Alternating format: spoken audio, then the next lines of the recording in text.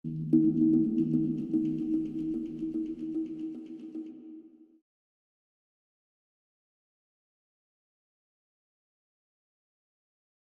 you very much for being here today. The only thing I'm missing now, Joost is working with the microphone.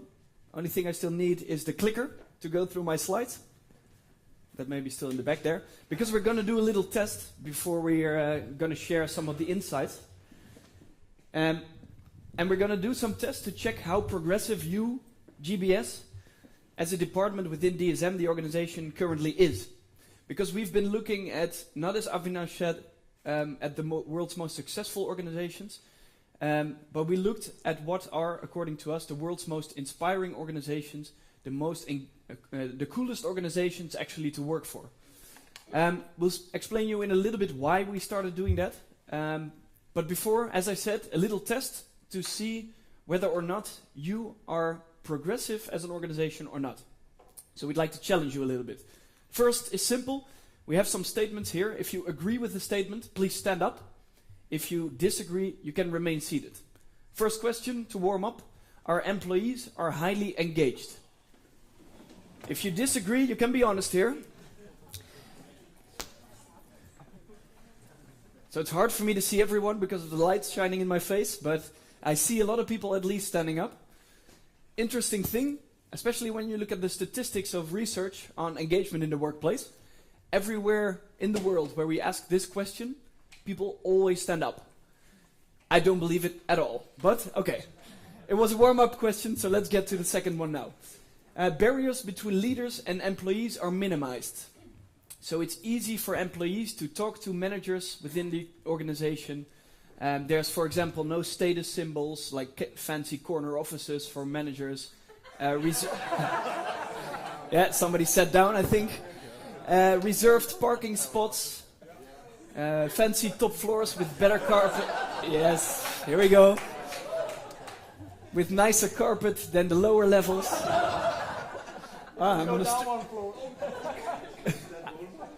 I'm on a streak here. All right, thanks for that. That's pretty clear. Our employees are free to work when and where they want. If you agree, stand up. If you don't, remain seated.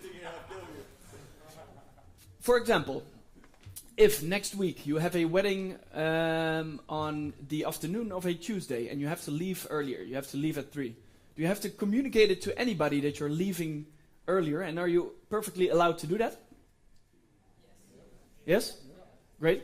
If you want to next week, if you want to go to the south of Spain to do a week of kite surfing, which is the best always to do early in the morning, so you do that, let's say between 8 and 12, and the afternoon and the evening you will work. And you will make sure your results get done, no matter what time you work or how many hours you work or where you work.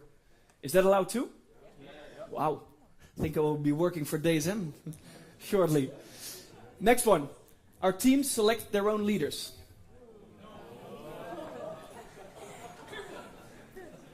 Okay, that's pretty clear. Last one. Our employees determine their own salary.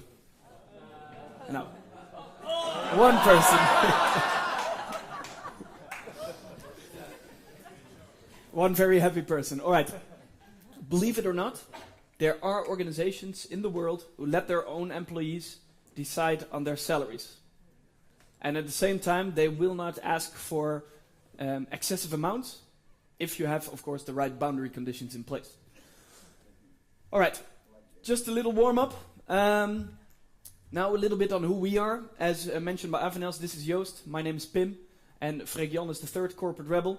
And we have two important things in common that I want to share with you. First of all, we are engineers by trade, so we have nothing to do, we have never studied for the field that we are currently working in. The second thing is that we have in common, by the way, Joost is a chemical scientist as well, by far the nerdiest of the three of us, and could have easily worked for DSM.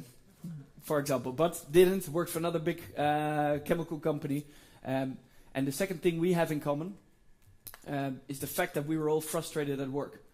So after we graduated from our studies, we worked for about 2 to 3 years in large organizations, 3 different organizations, but we all experienced the same problem, and that was that we liked the work we did.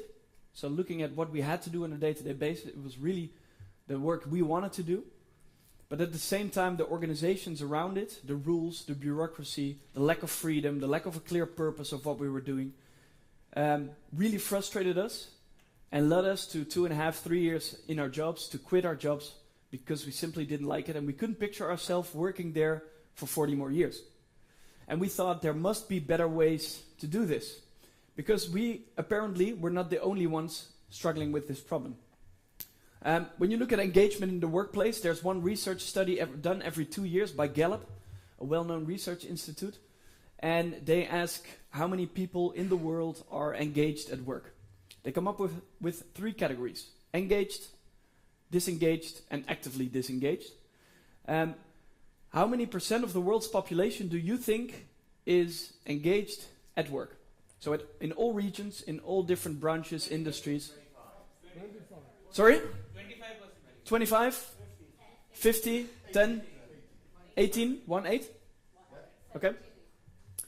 So, let me summarize. The most positive person in this room is saying that 50% of the people is engaged at work. Meaning that the most positive person in this room says that 1 out of 2 is engaged at work. So this is quite a painful statistic already, I think. If we think that not even more than half is engaged with the work that they do. In reality, it is indeed very bad. 13% of the world's population is engaged. So only 1 out of 10, more or less, actually loves to do the work they do. Then there's a big chunk, 63% being disengaged. So they come into the office when they're expected to be there, and they do the work that they should be doing, but they don't really care and they don't really put in extra effort. And then there's a really interesting category, 24% actively disengaged. Those are the ones that sabotage the work of others. So this could be, and I'm pretty sure you all know some of these examples. And people either being on YouTube or social media all day, and not answering emails, so making sure they don't have to answer any more emails. Throwing work over the fence to other people and saying it's not my job to do this part. Spending too much time at the coffee machine, especially when it's a good one on the top floor. These are things that a lot of people apparently do in the workplace that keep the organization from being successful and living up to its true potential. When you would look at Holland as DSM Dutch company, who of you thinks it's better in Holland? Hands for those who think there are more people engaged in Holland. A handful only. Who thinks it's worse in Holland? Who thinks it's comparable? Yeah, most people. Well, it is more or less. It's a bit worse even. 9% only. At the same time, there's 80%, big chunk, being disengaged. And then there's only positive thing about this statistics for Holland is that there's a smaller portion being actively disengaged. But still painful. Yep, go ahead. What what was in the scope of this survey? Sorry? All workers? What was in the scope? All workers? So all workers. Factory workers? No, everything. Everything. From factory workers to highly skilled people, to management positions in all sectors, everything combined together. And these numbers, you can drill them down. You can simply Google Gallup engagement study, and you are able to drill it down entirely. But whatever these exact numbers are, and you don't have to remember them, the most important thing for us was that we were not the only ones experiencing disengagement in the workplace. But what it also means at the same time for organizations, that there's a huge amount of untapped potential in businesses. So even if you don't care about people being happy or engaged at work, still, when you look at the potential of an organization, it's beneficial to focus on it. Look at your personal life. It's very simple. When you like to do things, the results will probably be better than when you don't like to do things. And the same thing counts for work. Luckily, as an engineer, there's also data to back this up. This is another research study. They gathered all the engagement studies. Once again, don't look at the exact numbers, but you see productivity and profit go up when people are more engaged versus when they are less engaged. And absenteeism, accidents, and defects actually go down when people are more engaged. No rocket science, but good to know that there's data backing up this gut feeling of being more successful when you actually like to do things.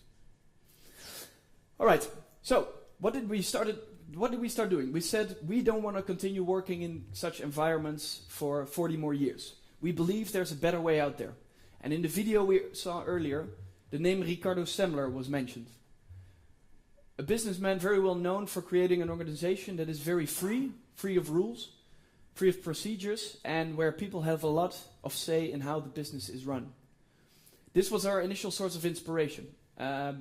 We started reading books, watching documentaries on this person, and we learned that there apparently is another way of running organizations, a more free way in which people get way more responsibility and more freedom to do the things that they think are best for the organization. So, it started with Ricardo Semler, but when we started reading more and more, we found other sources of inspiration that actually challenge the way work is done. So they challenge the way that organizations are run and show that there's another way to be successful, but more importantly, to actually make people enjoy their work. So we made a long list of all these people, and then we said we quit our jobs and we start to travel the world to actually visit them. Because we can read all the fancy books, and you can read about how Google works or how Spotify works.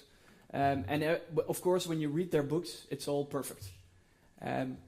Because for them, it's an important marketing tool. But when you actually go there, that's the only way to actually learn what it is to work there. Ask the employees what they think is most important of their way of working, etc., etc. So that's what we started doing. So January 2016, we packed our backpacks and we started to travel the world to visit these people. So, as you can see, there's a lot of familiar names. Google, Spotify, for example, who, by the way, are not the most progressive ones. If you look at the lesser-known examples, in Holland we have a beautiful example called Buurtzorg, getting more publicity now on how they are working, but there's way more organizations that work radically different. There's Simon Sinek that you might know, Richard Branson, who doesn't have a green check mark yet. We haven't visited him because our schedules have been a little bit too busy. We wait for our schedule to clear up. So, what did we set out to do? We wanted to visit them, spend a couple of days with them, understand how they run their business, and understand what the people think who work in those organizations about why they think it's a great place to work. So that's what we started doing, and there was no other way to do it for us than to start writing about it. Not that we are writers per se, but it was the only way to just simply start a blog and write on everything that we do. Nowadays the blog looks like this. Twice a week we publish on the things that we come across while we travel the world. And it shows a little bit about what we do. I'm not going to go into all those details. Main thing, we learn those stories, we share them through our blog and through talks like this, and we support organizations to actually start using some of the ideas and the practices that these companies use. Everything with the goal of our company in mind, and that is making work more fun. Well, we achieved doing that for ourselves, but now we want to support others and organizations to actually make this a reality. All right, so that's a little bit on us. Now what we want to do is, first of all, give you a quick overview of the most important trends that we see within these organizations. We've now visited about 65. So we want to draw some general conclusions and share them with you. And then we'll go into detail in two. And we'd like also you to discuss a little bit on how these could be applied to your department, your organization. But before we do that, a very interesting video that shows you why it is important to sometimes challenge the way we do things. Because when we enter an organization, there are certain social norms, certain rules that are there because they have been there for years, sometimes even decades. And people simply start behaving the way others are because it's the social norm in that organization. Not saying that this is a good thing.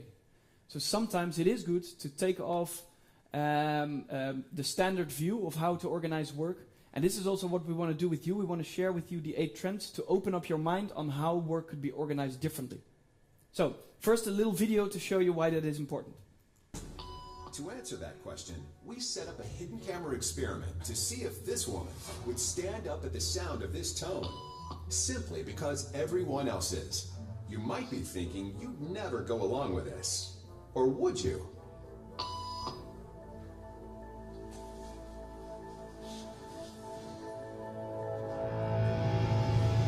After just 3 beeps, and without knowing why she's doing it, this woman is now conforming perfectly to the group. But what happens if we take the group away?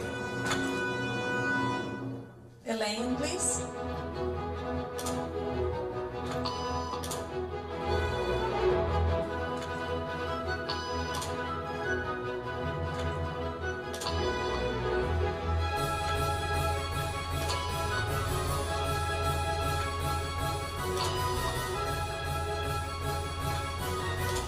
Okay, now she's alone. The crowd is gone and nobody is watching her, except our hidden cameras. What do you think she'll do?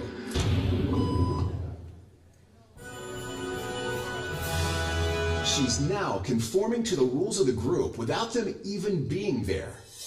Now, watch what happens when we introduce another outsider who doesn't know the rules. Have a seat and they'll be out in just a couple minutes. Thanks so much.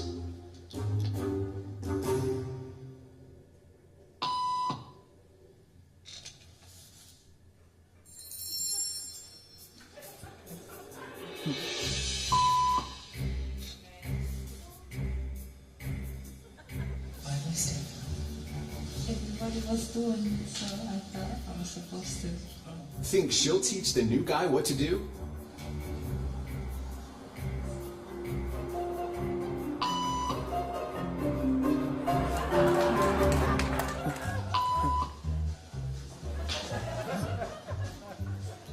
We kept the cameras rolling as more unsuspecting patients arrived.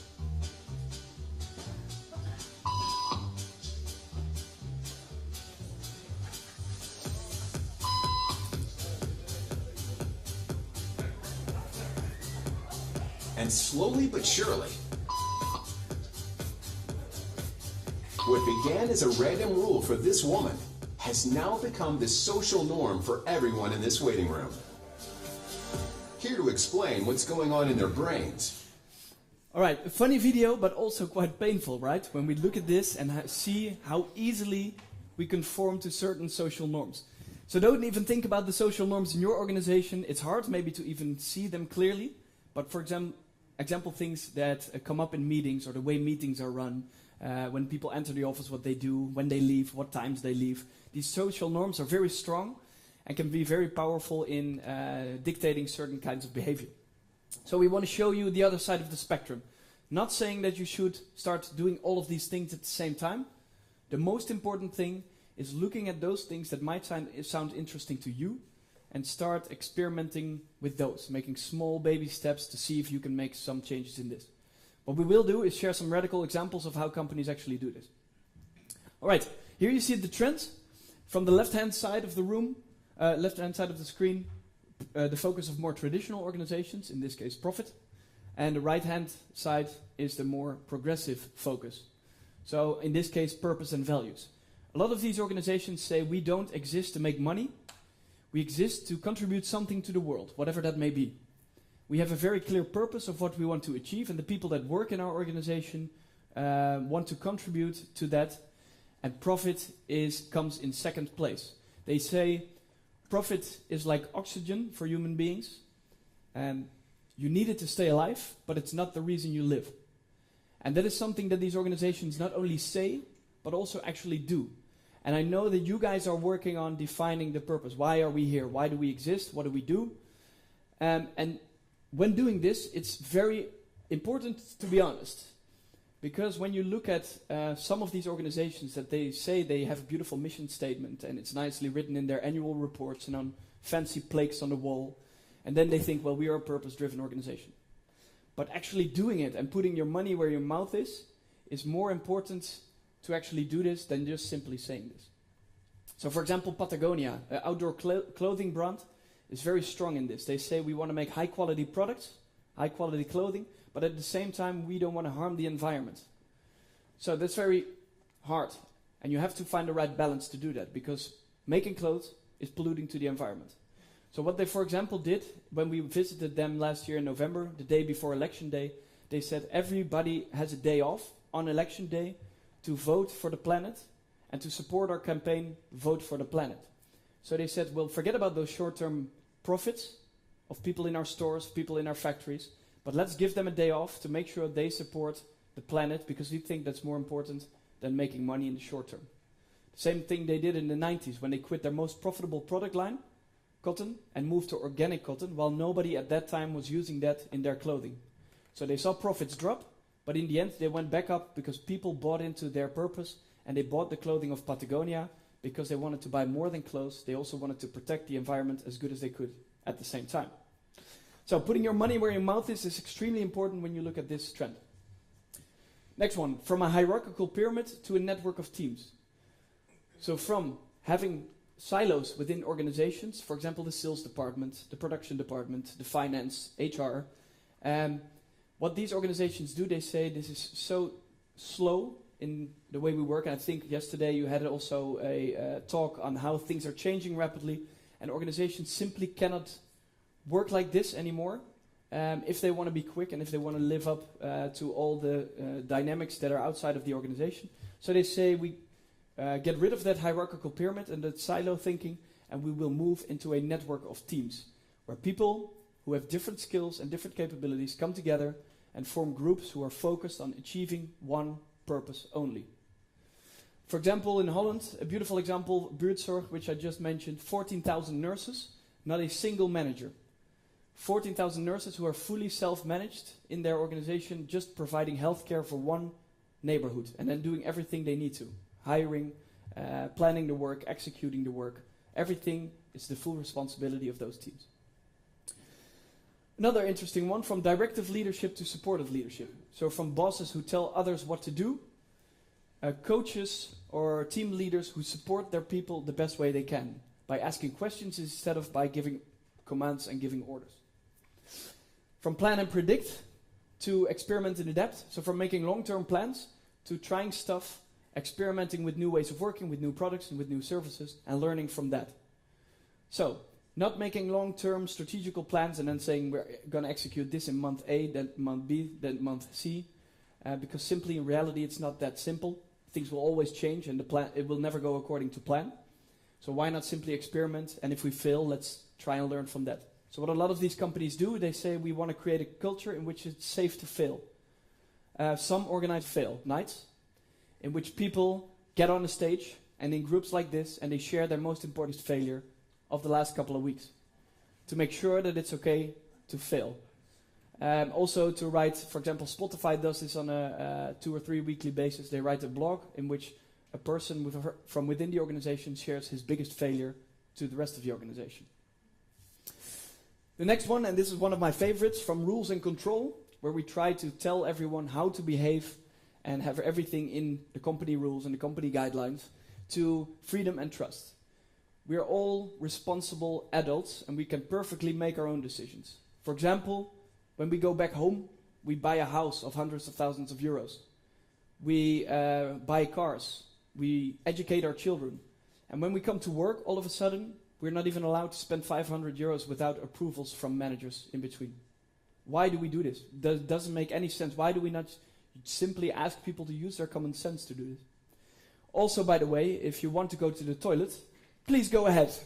I don't care if you walk away through this session. I perfectly believe that you can do this quietly. And of course, when you are a corporate rebel, break the rules. And this is a simple one you are able to break.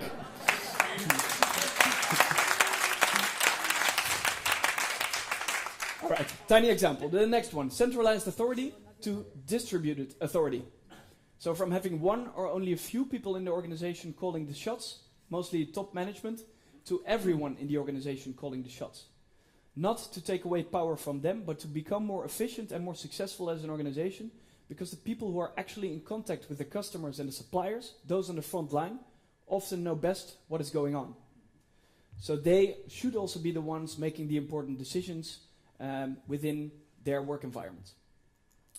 From secrecy to radical transparency, so from having information only available in certain pockets of certain levels of the organization to a more open atmosphere where information is shared transparent, because if you want to make the right decisions, you also need the right information to do so. So you need to know what's going on in other parts of the organizations, who's making what kind of decisions.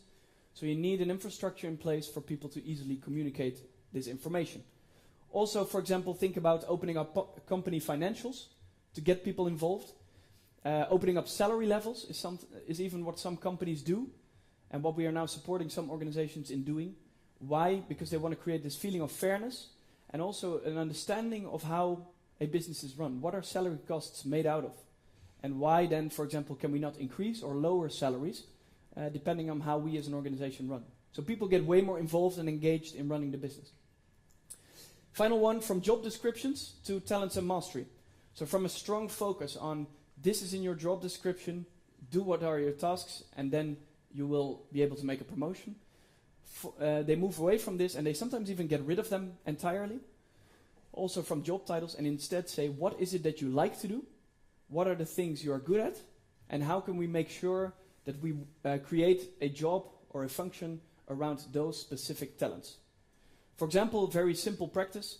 When you sit down with your team, when you go back home, list all the tasks and activities that you as a team have to do. Then simply let people themselves assign to tasks. So not what is in their job description, but just the things that they love to do or the things that they think they are good at. Let them pick up all the things, and the tasks that are left, believe it or not, don't do it. And two things can happen. If you don't do these tasks and nothing will happen, then it's great you stop doing them, because apparently you've been doing them for a while not having any effect on your performance. If they lower your performance, if they are a barrier to anything else, find a way either to attract people in your team to do it, find others within your department or organizations to do it, or find a way to outsource this. And while this sounds utopian, most of these organizations do this simply because they want to use the talents and skills of the people, and not they want them simply to do what's in their job description. All right, very quick overview. Now let's go into detail on two of these trends, and I'll share one example with you, and then I'd like you to think a little bit on how this could be applied to your department. Supportive leadership. The company you see here is UK TV. They are a multi-channel broadcaster in the UK, and Darren Childs, the CEO, is somewhere there in the middle. When he came into office, he felt that there were so many barriers between the leaders and the employees, that there was no proper communication between the two, that the people on the front line didn't know what was happening in the company, so couldn't make the right decisions themselves. So he said, we need more supportive leadership style to facilitate the flow of information, to facilitate that the people on the front line, those who are actually doing the work, can excel in their job. So he took some dramatic steps. The first one, he tore down the walls of his office. He said, if I'm in my office and the people are scared to come in, then let's take away these boundaries and let's even get rid of these artificial barriers. Instead, I will sit next to my people, move around desks so I can talk to anybody, understand everyone, and people can easily come up to me and ask questions or express their doubts, challenge our way of thinking. That's the first step they took. The second thing they did is to organize town hall meetings, as you see here. So on a weekly basis, they sit together, and all the people gather, in which they share the most important things that are happening in the company, the successes, the challenges, the failures, the financials of the company, to make sure everyone knows what's going on. By the way, they don't make this obligatory. Why not? Because, first of all, when you make things obligatory, people don't like to do it all of a sudden. And the second reason, if they don't do it, then every week a lot of people will show up, and they never will know whether they are sharing useful information. Instead, when they don't make it obligatory and nobody will show up, apparently they're saying stuff that is irrelevant or not useful for the people to know. So they also triggered themselves, therefore, to share important and useful information. So they started doing that, but still felt there was not enough supportive leadership. So what they did, and this was a crucial step in what they did, normally supervisors or managers always evaluate the team members. What they did is change it upside down. So not even 360 feedbacks, which I'm also quite used to. You share information, you never hear anything about it. What they did there is they moved it upside down. So they said, let team members evaluate their own leaders. Why? If we want them to support their team members, the team members should be able to evaluate that support as best as they can. What they then did is open up these performance reviews. So everybody in their organization understood who was a good leader and who was not a good leader according to their team members. And they said we have a zero tolerance for bad leadership. So if we want to know, so first of all we have to know where there is bad leadership. Once we do, we can support those people to become better leaders, or we can put them in a position where they can be more valuable to the company than as being team leaders. The last thing they did, and because he still felt there were some barriers, is during these town hall meetings, he also had the option for people to ask questions.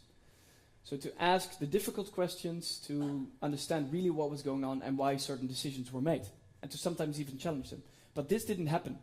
People were still scared in such a big group to ask their questions and to challenge the way of thinking of the management team. So what he did, he hung up a big black box in their office with a white question mark on it. And during the entire week, people could put in their questions anonymously in that box. During the town hall meeting, he opened up that box and he answered the questions on the spot.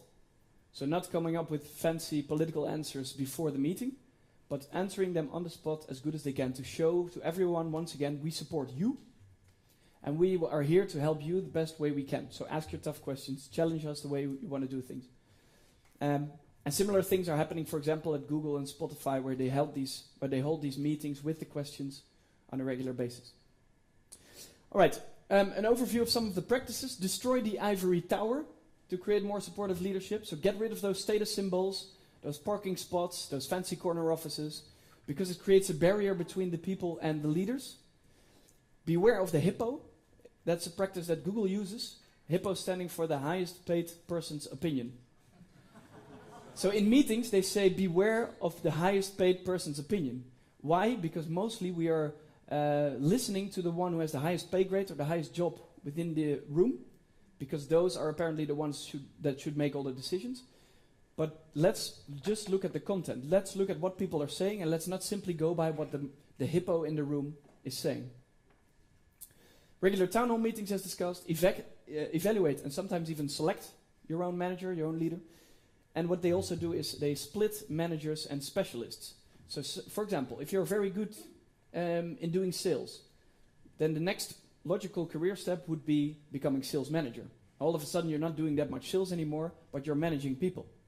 So we kind of have the feeling that if you're good at sales, you're also good at leading a team of people, of coaching them, which is a totally different ballgame. But one way or another, we expect you to be able to also do that. What a lot of these organizations feel is that we cannot make this assumption, because people who are good at sales are not always good at managing people as well.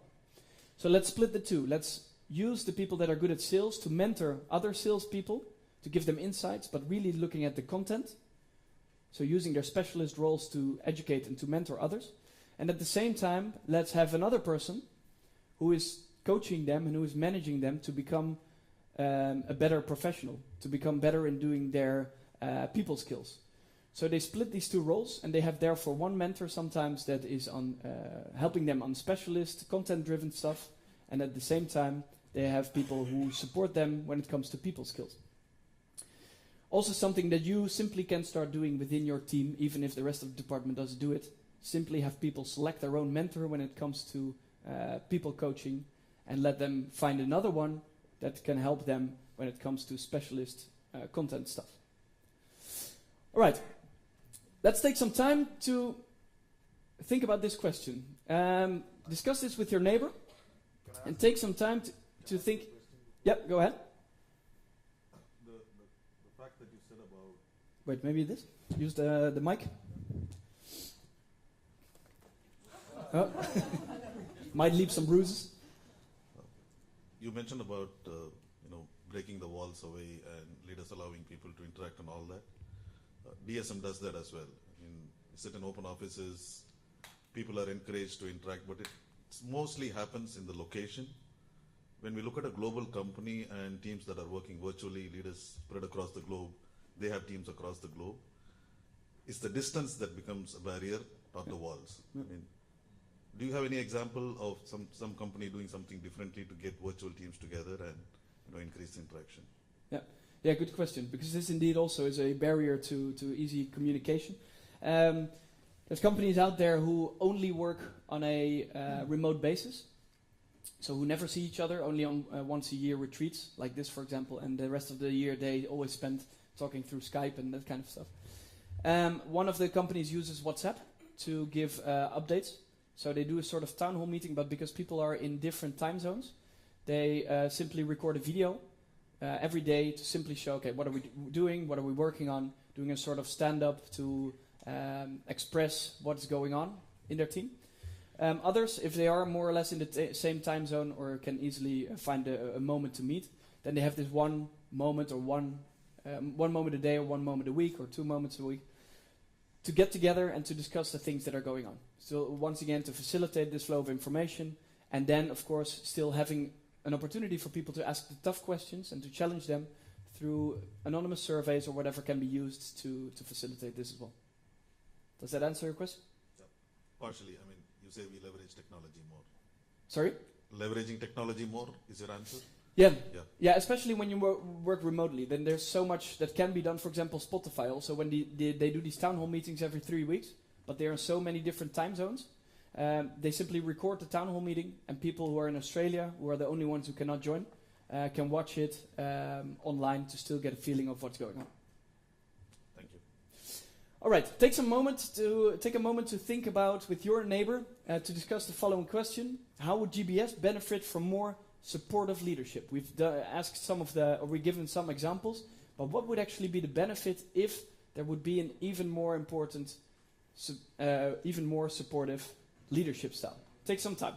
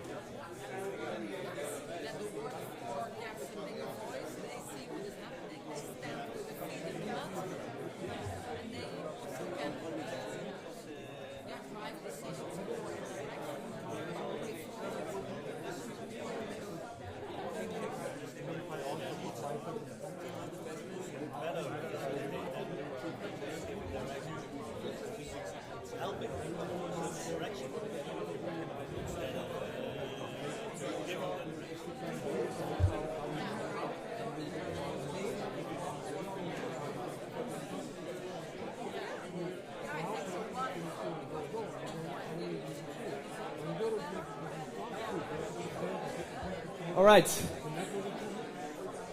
Thanks for taking the time to do that. Joost has a throwable microphone, as you've seen. It might leave some bruises, but we'd like to ask you, what are some of the things that came up? Who would like to take the stage and get the mic? Yep.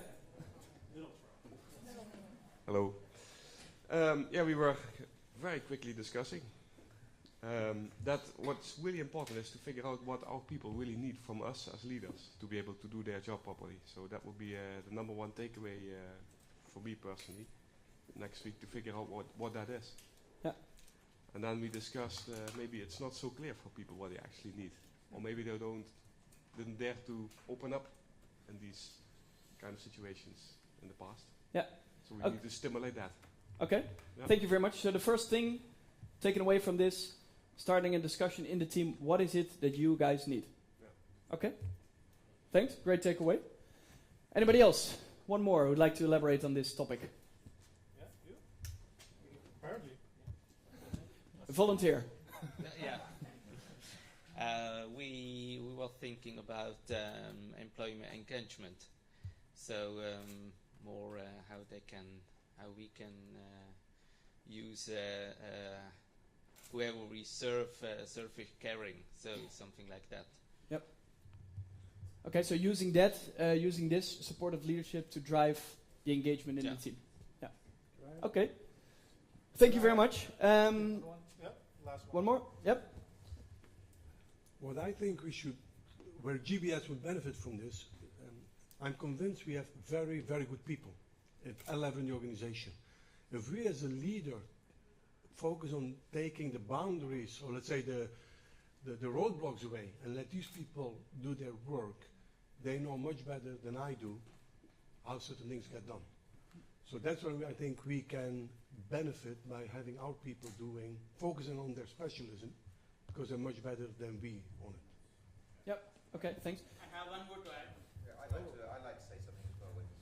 Go first. Go first. Peter, go ahead. Sharing the responsibilities. Sharing responsibilities. Yes. Yep. So that would be a benefit of having that more supportive leadership style. Yes. So that's the benefit for the GBS because there is a lot of difference between push and pull. Yep. Yep. The force is even more intensive when it's a pull. Okay. Thank you.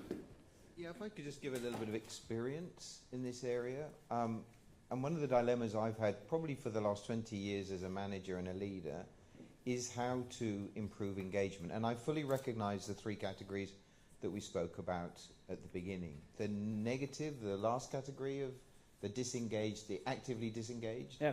Very difficult people to recognize in an organization, but I've always been aware that they're present. Particularly going through any form of transformation, they become terrorists. Well, that is a... Okay. They negative in my people who are actively disengaged during a transformation can behave like terrorists at times. However, back to the engagement debate. We have experimented, some of my colleagues will realize, with many of the techniques that you've described so far in our organization or parts of our organization in the last 12 to 18 months. One of the interesting things is we've also gone to optional town halls for our IT community. Mm-hmm. So particularly in Sittard, we invite people once every 2 or 3 months to come along on an optional basis, not mandatory, and have the style of town hall that you discussed with the guy from UK TV. My experience is this: our take-up rate is less than 20%, mm-hmm. which I find plays to the statistics that you have, that we have only about 20% of our people are sufficiently engaged that they want to come along, or that perhaps we're not transparent enough or open enough in the topics that we're addressing. Yep. Once we get the people there, and many of the people in the room come, I know, thank you very much for coming, stimulating a conversation such that the communication is bi-directional and not omnidirectional is very, very difficult. And I put that down to not the fact that we don't have good people, not the fact that we don't have good stories to tell each other, but going back to your very first point about organizational behavior, I see part of the style in our company is a more autocratic style when it comes from a management perspective than a more networked type way of working. So the people that come into the room are not used to always being asked, so what do you think? What do you want? What do you want to be? So all of those things conspire to a certain extent to make it a less than positive experience. I'm not going to give up, but I am aware of the issues that we all face. Yep. Okay. Thank you very much. Interesting thing that I would like to say is 20% being terrorists in a changing or making transformations in organizations. I don't believe that at all. I think that the statistics we just saw are something that is the reason, or that the problem that we have is that we organize work in the wrong way. Not that people are disengaged by nature. We just have to change mechanisms in an organization to make them become more engaged and to get them excited, even about making transformation. People always say people don't like change. I don't believe it at all. Look at your personal life. You always want to make change, right? You want to be more sportive. You want to lose weight. You want to see more people in your social environment. There's a lot of things you always want to change, but it's you who want to change. Normally, it's the organization who wants to change and forces people to go along, instead of asking them the questions. What is it that you think we can do better? How can you become more engaged as an employee? What are the things, what are the roadblocks we have to take away, the barriers we have to take away to make sure that you can excel in your job and you can become highly engaged? Because looking at these organizations, the ones that we visited, these statistics are upside down. Of course, there's still a number of people who are not engaged. And they are always working on improving that and making them feel better about the organization and the work they're doing. But there are so many more engaged employees because of these ways of working. If they really put their minds to it, then they can really do it, which shows to me that it's way more important to actually focus on it instead of having the belief or the assumption that there's always a group of people being actively disengaged. All right, the next trend, from rules and control to freedom and trust. One beautiful example of a governmental organization, and yes, it can also work in governmental organizations. This is the Ministry of Social Security. This is the head of that department, Frank van Massenhoven. And he has transformed that organization from being a very traditionally command and control structure organization to a very free and trusting environment. I'm not going to go through all the transformation, but I'll give you some interesting ways of how they work nowadays. Is that the people there are free to decide where, when, and how they work. So they don't prescribe anything. There's only a basic number of rules in place, but mostly they use guidelines to get people to think for themselves on what they think are the right decisions. So on an average day, 1,300 people work at that department. On an average day, only 150 are in the office. The rest is either working from home, or in a bar, or is not working at that moment. They say, we don't care how many hours you work. We don't register it. We don't register the amount of holidays you take. We just want you to get the right results done. So if we agree upon these results, just make sure you get them done, whether you do that at night or by only working for 2 days. Fine by us. If we get the results, everyone's happy. So for them as an organization, this really changed their success. On an average, every year they get an annual productivity increase of 15%. Why? Simply because people themselves get the freedom to decide how to work better and how to get more stuff done. At the same time, when in the beginning only 18% of the recently graduated students wanted to work for his department. Nowadays, 93% of them want to work for that department. On a vacancy, they get an average of 3 replies before the transformation. Now they get 57 replies on a vacancy that they put out. Simply saying that people actually want to work at this department because of their progressive way of working. Some more practices to actually get this freedom and trust in an organization. Result-based working. Stop measuring the time people spend in an organization, because we think that if people are from 9 to 5 in the office, that they are being productive, that they will do the tasks that they need to do. While at the same time, for example, they could be on Facebook all day, as we've seen in the statistics. But one way or another, we assume that people, if they are in the office, if we can see they're there, they must be working. While people may prefer working at night, or coming in a bit later because they have to drop their kids to school. For example, the example we gave from the Belgian ministry, people were spending hours a day in Brussels traffic to get to the office at 9. When they said figure out your own working hours, people started coming in earlier or later, so they weren't spending so many hours in traffic jams. Very simple solution, and it really helped the people to make sure their life and their work were really well integrated with each other. Setting your own targets is something that a lot of these organizations do.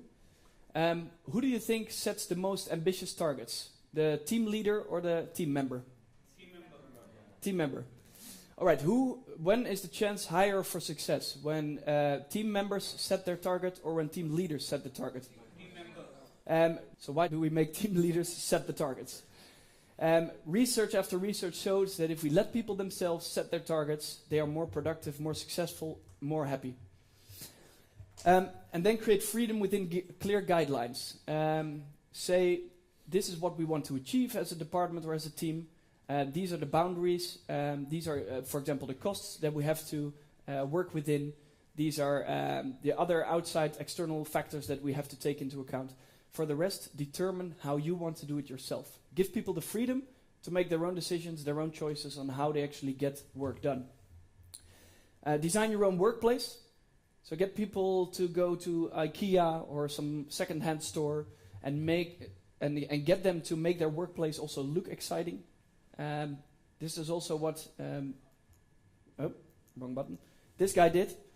He said to all the people, just figure out how you want to make your workplace look. So some people hired this fancy design firm to create beautiful, colory designs for their office. It looked really nice. And then Frank showed us around and he walked us to the IT department. And the IT department, and he proudly opened the room. And he said also the IT department was able to design their own workplace. We entered a room with no windows and only big computer screens there to get the people excited to work. Once again to show, well, you have the freedom, I'm not going to tell you in what environment to work, you are best capable of making those decisions. And removing control mechanisms one by one. So seeing what are actually barriers for people. Is it filling in these awful expense claims that I always had to do when I went to travel for work? I had to travel a lot, I had to fill in these extensive expense claims. And then I came back and I had to give them to a separate department, after my manager controlled them, of course, to a separate department that was exclusively set up to control expense claims. So there was a lot of people working full-time, spending a lot of time, effort, and especially money on checking these expense claims. For example, Netflix says we only have one rule in our travel policy, which is act in Netflix's best interest. Use the money as if it were your own. So if you think you need to spend a lot of money on a restaurant, do it. If you think you can do with less, please do so, because it's better for the company as a whole. So they trust their people to make the right decisions. We're going to have to skip this one, but it is definitely an interesting one to think about yourself when going back to your teams. Which rules and policies could be destroyed to create more freedom and trust? Start with the small, simple changes that you can work around, the rules that you can maybe ignore or bend a little bit, to get people, to give them more freedom and to trust them a little bit more on making the right decisions themselves. Final thing we want to show you is you don't need a CEO who's fully into this. You don't need a director of a certain department who is fully into this. You yourself can also start working with such ways of working. A good story of that is bol.com, a Dutch e-commerce company similar to Amazon. And they made a transformation, not from the CEO as a starting point, but from this one team leader with a team of 20 people who thought they could work in better ways. They changed their meeting structures, they created more freedom, and they had a way of distributing decision-making throughout the team, so they didn't need approvals of the team manager anymore. So they started experimenting with this for 3 months, and then found a way of working that worked really well for them. Then, every opportunity they got, they started to communicate about it. So they wrote blogs internally on the intranet.